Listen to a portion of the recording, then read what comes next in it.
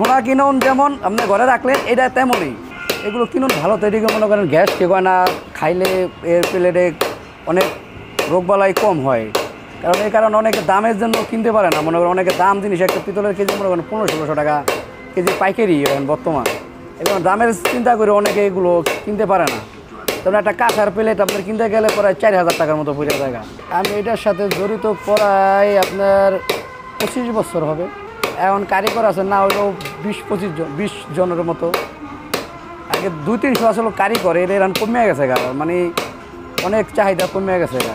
আমাদের এখানে মনে করেন কলস, ভাতের পাতিল, আপনার পুষ্পপত্র, হিন্দু প্লেট, ভাতের প্লেট, আপনার প্রদীপ, আবার ওই ব্যান্ডের ঝাঁজ, তবলা, গানের তবলা, এগুলো তৈরি হয়। সব এই পিতলে তৈরি হয়, সব তৈরি হয়। মানে ঢালাই বাদে আমরা হাতে যেই কাজটা করি ওইটা হয়।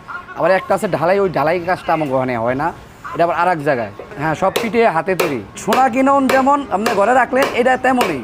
আপনি এটা যেমন আগে একটা মাসে কলস কিনছে 200 টাকা 150 টাকা, দেখেন একটা ভাঙ্গারি দামে বেঁচে যায় রাতে 1200-1300 টাকা। 200 টাকাটা কিনে 1200-1300 টাকা বেঁচে গেল। হিসাব করছেন কত টাকা বাড়িয়ে গেল।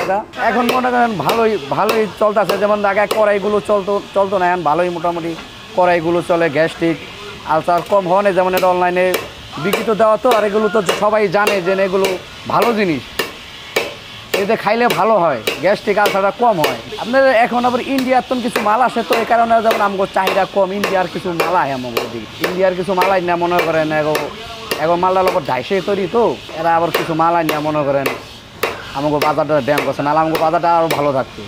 এটা হলো পাইকারি মেন সেল হলো বংশী বাজার, এই বংশী বাজার। আর আপনার পাইকারি চট্টগ্রাম কিছু আছে, পাইকারি আছে। এর কারখানা আরও আছে আপনার, শরৎপুর আছে কারখানা, বিক্রমপুর আছে, এগুলো কারখানা আরও আছে, শুধু এই জায়গা না। মানে সিটগুলো আবার মেশিনে ঢালাই করে, সিট পানে এমনি ওই এমনি ঢালাই করে। ওই যে আমার কারখানা আছে, ওটা ভাঙ্গারি, যেটা ভাঙ্গারি আছে না, ওটা আবার নতুন সিট করে যেমন এরকম সিট বানায়, এমন সিট বানায়, তারপর পিঠায় বানাই হয়। একটার পর একটা আছে, মানে গোলানের পর এটা খাইল দেওয়ার পর কান্দা নামায়, কান্দা নামার পর আবার মনে থরুডাল বড়া লাগে, ওটা কান্দা বড়া লাগে, বড়ার পর আবার 2টা থরুডাল লাগে, 2টা থরুডায় আবার অনেক কাজ আছে ওটার। ওটা এক ধাপে তো হয় না, মানে 4-5-6 ধাপে ওটা হলো কাজ হয়।